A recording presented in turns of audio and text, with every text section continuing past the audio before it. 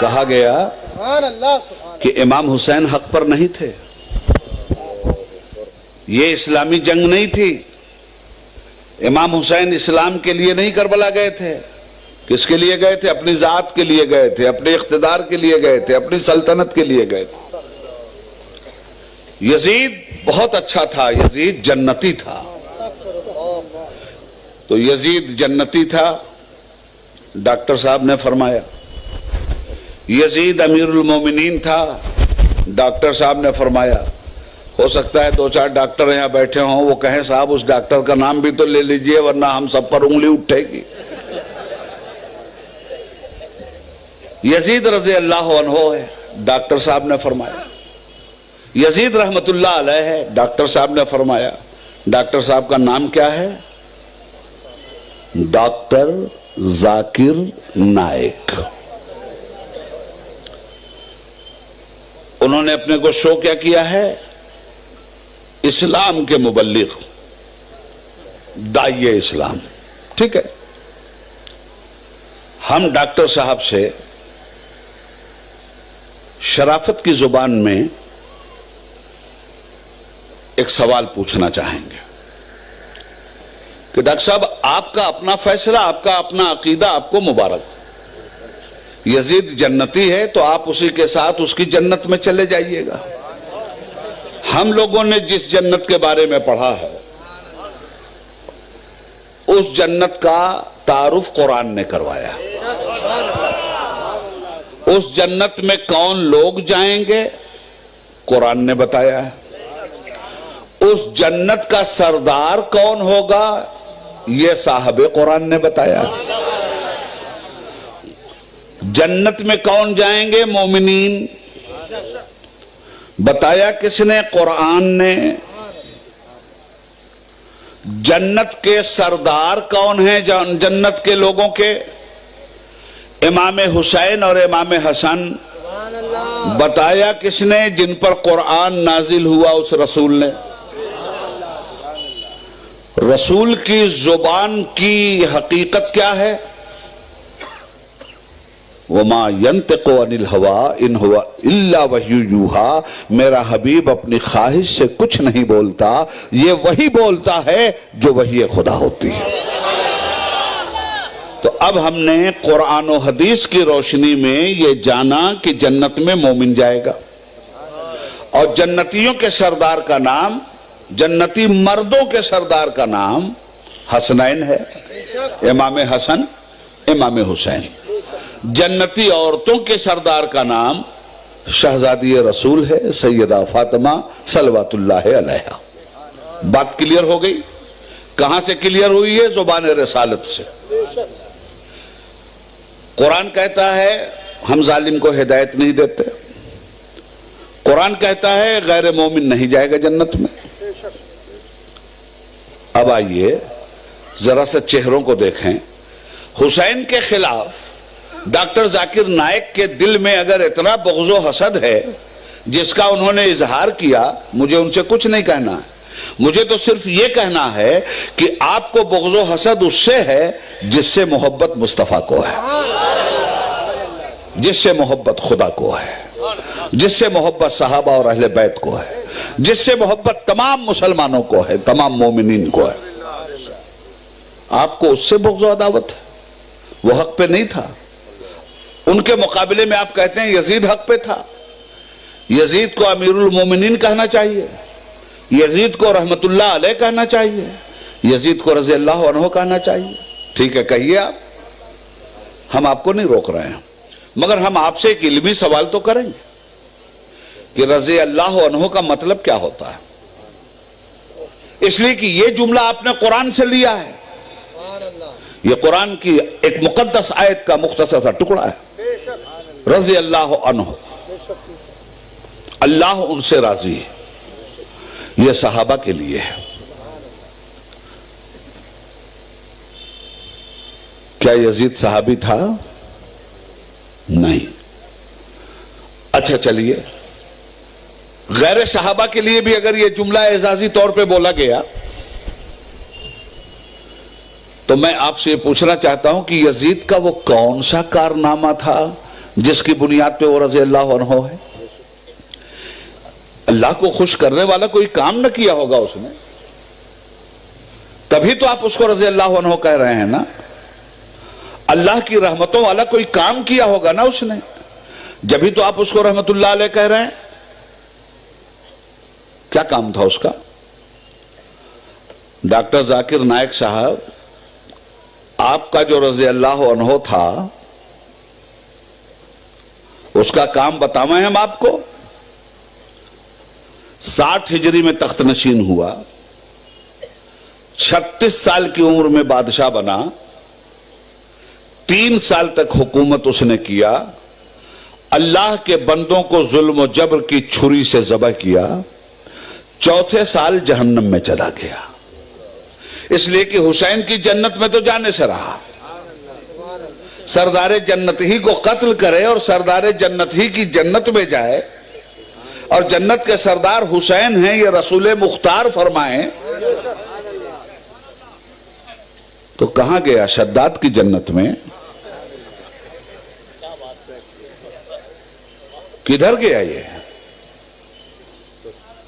بہرحال وہ تو جہاں جا کے جل رہا ہے اپنی جگہ.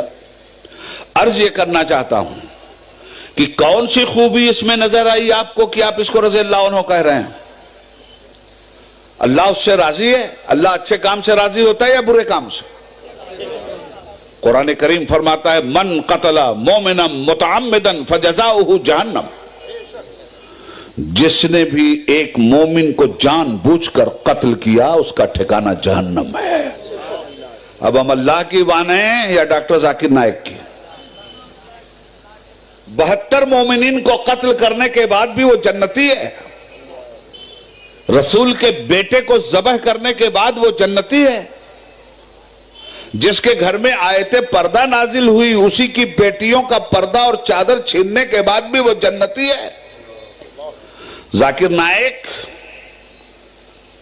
تم تاریخ کے سب سے بڑے آتنکوادی اور ٹیررسٹ کو جنتی کہہ رہے ہو, یاد رکھنا. اور اگر یزید کی تعریف کی جائے اور اسی کا نام اسلام رکھا جائے تو پھر تو اسلام میں ٹیررزم کے علاوہ کچھ بھی نہیں ہے. اگر حسین کا کردار نہ ہوتا تو اسلام جیسا مذہب امن و سلامتی سمجھ میں نہ آتا. آج کی دنیا کو جو بھی اسلام جیسا مذہب امن و سلامتی ہم سمجھا رہے ہیں وہ حسینی کیریکٹر کے واسطے سے سمجھا رہے ہیں. اس لیے کہ حسین نے اپنے نانا کے کیریکٹر کا اظہار کیا تھا, صحابہ کے کیریکٹر کا اظہار کیا تھا, اہل بیت کرام کے کیریکٹر کا اظہار کیا تھا, اسلامی کیریکٹر کا اظہار کیا تھا.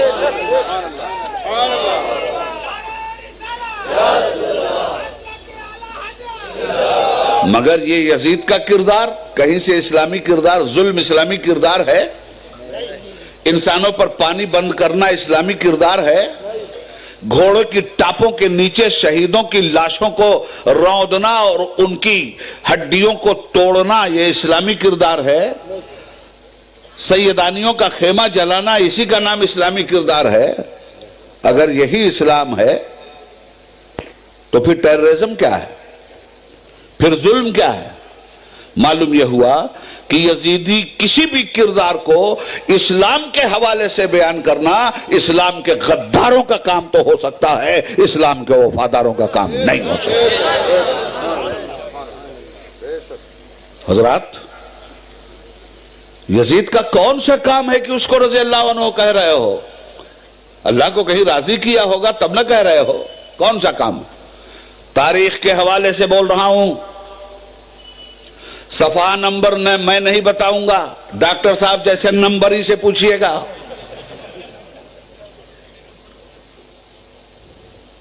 3 سال یزید کے اور 3 کارنامے یزید کے ذہن میں رکھ لیجئے گا, شاید کسی نے نہ سنایا ہو آپ کو, اور سنایا بھی ہو تو اس طرح نہ سنایا ہو. یزید کی حکومت کے 3 سال, 3 سال میں الگ الگ ایک ایک کارنامے. پہلے سال کا کارنامہ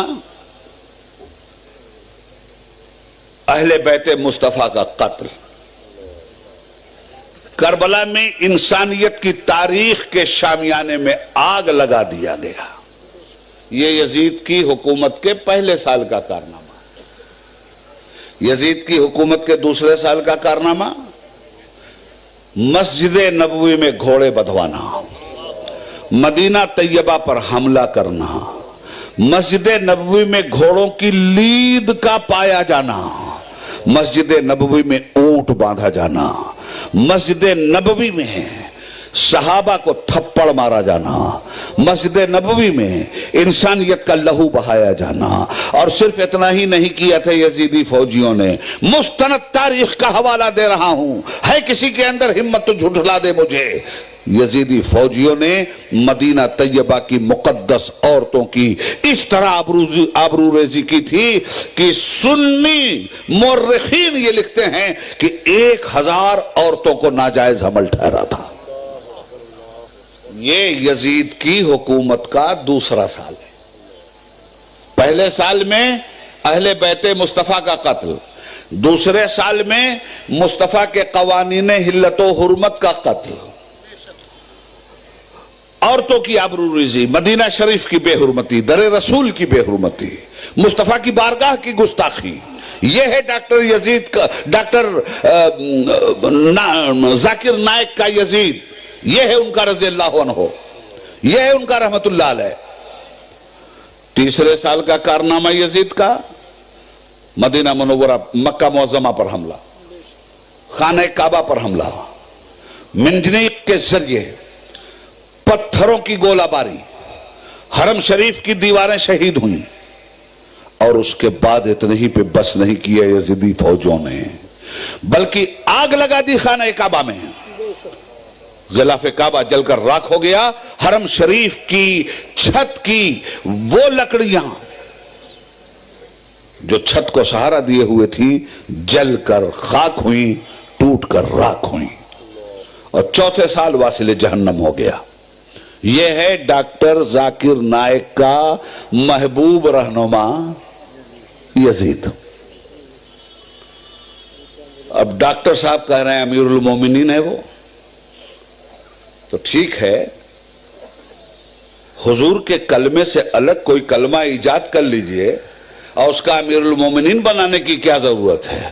یزید کو خدا بنا دیجئے، آپ خود پیغمبر بن جائیے اس کے مذہب کے، روکتا کون ہے آپ کو؟